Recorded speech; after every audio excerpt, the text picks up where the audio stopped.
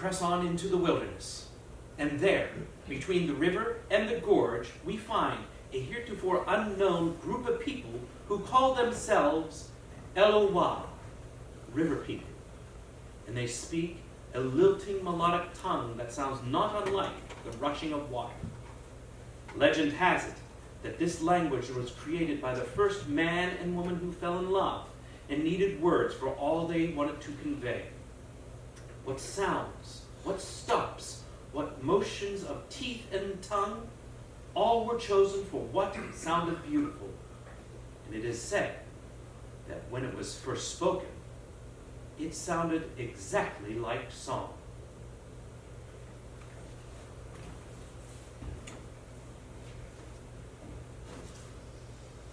The world this book describes no longer exists. Dead, never to return. And this beautiful, wondrous language, crafted mysteriously and inexplicably over centuries, perhaps millennia, is about to disappear forever.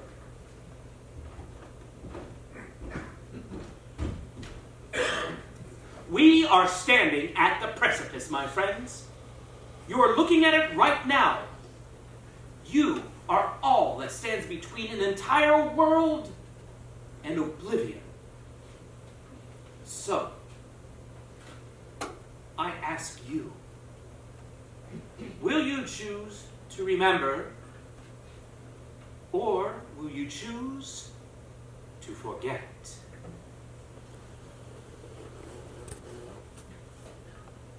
Please tell the person at the other end of the table that he needs to take a shower because the smell of his cheap cologne is making me truly nauseous.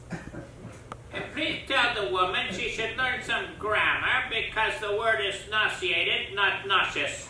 For the love of God.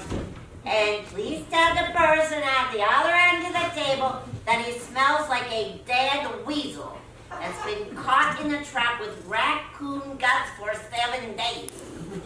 And please tell the woman, oh, you mean like the smell of your cooking? That's enough, old. You make me so mad, I show you.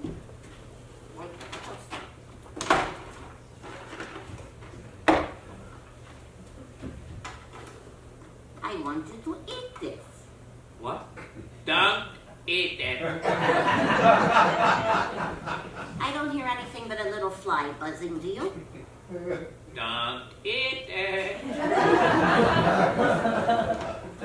I think you must think I'm a very bad cook, and that hurts my heart so much. So I give you food, you eat, you see. Don't eat it. There's nothing repulsive-ish about it. No liver, no brain, no tasty lobe of ear. Not even the lovely colon. I stick to all the safe, happy parts. You eat. Well, that's very kind of you, Alta, but frankly, I'm not hungry. Not hungry. Not hungry! He won't eat. You won't eat. Why doesn't Elsa just kill herself? Alta, I meant no disrespect. I am useless. I am worse than steer. I am goat. My ancestors would spit on me, a woman who cannot cook. I am ashamed. I am a failure. I am a wretched, utterless cow.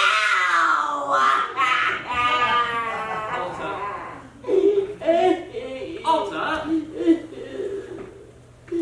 Alta! Look! Smells rich. Yes, it's very good for you, too. Don't eat it. You're hungry, aren't you? Some people like the dollar menu at McDonald's. But you You are a big, smart scientist with big, busy brain. You need real food, nourishment, yes? You eat it.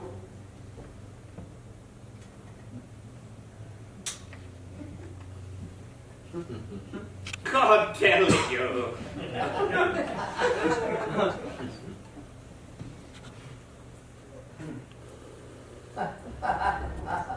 George, Mary! a bad time.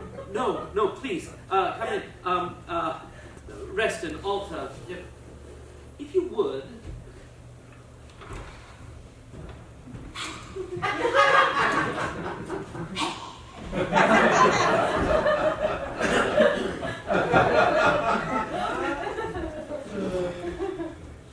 I'm sorry, I didn't mean to No, interrupt. that's quite all right. You didn't go. Why are you dressed like that? This is what I wear when I travel. I didn't mean to come this way. The cab driver wanted to take this route. Cab? Why? I could have given you a ride. It's very nice of you, George, but I don't think that's how this works. Anyway, I didn't realize we'd be going right by the campus. I found myself saying, I need to make a stop before I even knew I was going to say it. And, where exactly are you going? To the station, and after that, I'm not sure. George, there's something I wanted to ask you about the way we left things. Yes? Are you sure you have nothing to say to me?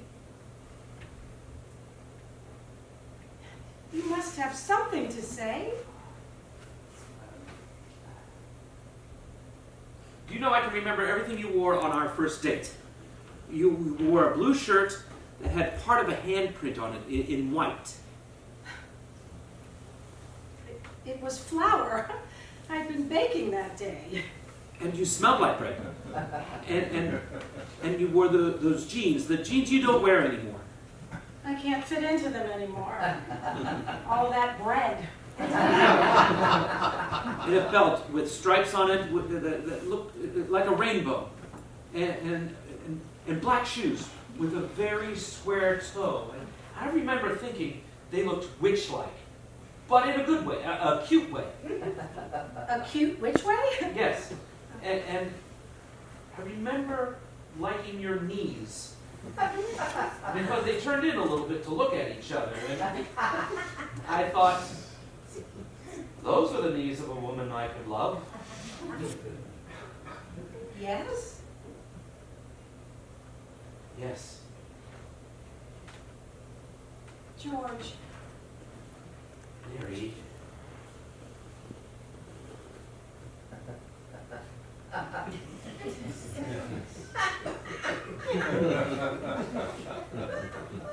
and? And? Oh, there is no and? Well, I just told you that I loved you. Well, that's not exactly what you said. Well, tell me what you want and I'll say it. Oh, George, that's not how it Well, works. stop saying that. Stop saying that you know how it works and I don't. Like it's some sort of process with preordained rules. And why can't you just admit that you wrote those notes? Admit it. You wrote those notes. This was clearly this was. You came just to leave again? Why? I'm sorry, George. Really, I am.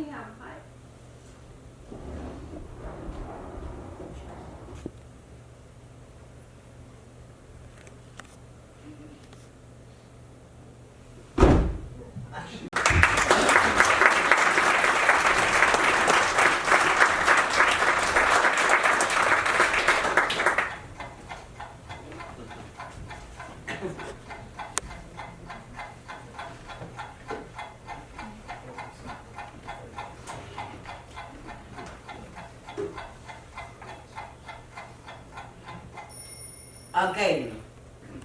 Kilvi Numigas. Kill me numigas. Sorry. Kilvi Numigas. Minomigas Emma. Minomigas M. Good. No, it's not good. It's not good at all. No, you're getting the hang of it. Do not despair. I sound silly, all clunky and harsh. No. Esperanto is the most beautiful language in the world. You just don't know it yet. I just don't seem to be very good at it.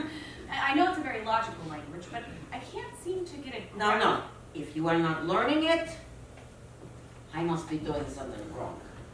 No, that's not what I meant at all.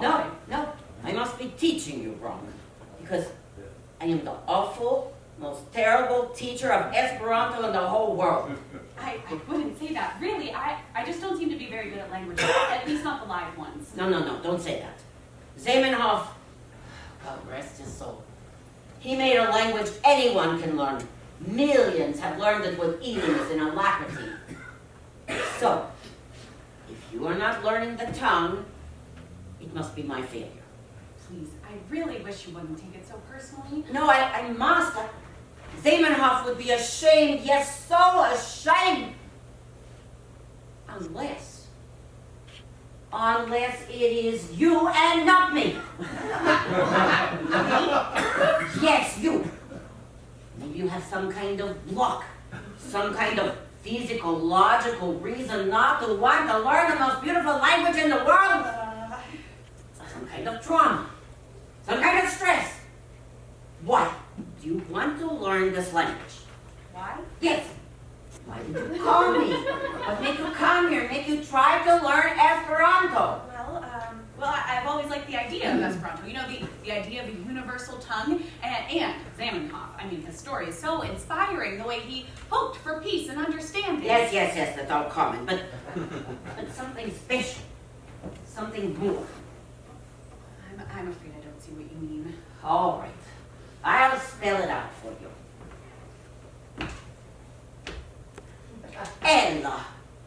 L-O-V-E. Ilofi? Love! All second languages are learned out of love. Woman now. She loves Italian culture, Italian food, Italian way of life. Bam! That is why she learned Italian.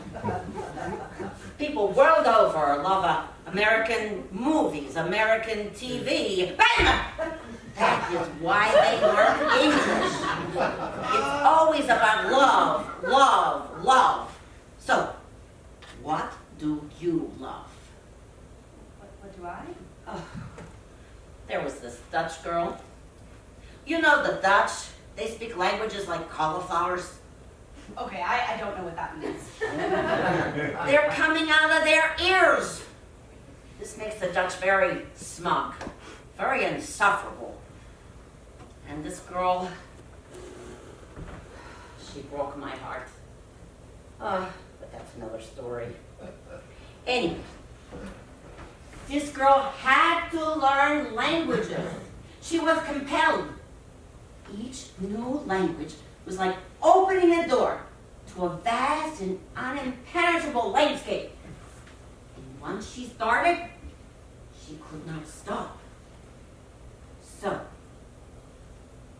if you cannot learn the language, maybe the opposite is true. If you find yourself blocked, resistant, maybe you are afraid to open the door. Afraid of what might be on the other side. Afraid? Yes, it's a scary thing to speak and be entendu. Comprende? Yes, well, I think so. Now, you must go out there and think on it. Ask yourself, what am I afraid of? Who am I afraid to know? Who am I afraid to know? Yes, then, and only then, can you call yourself by the name Esperantisto! Well, I'll try. You will!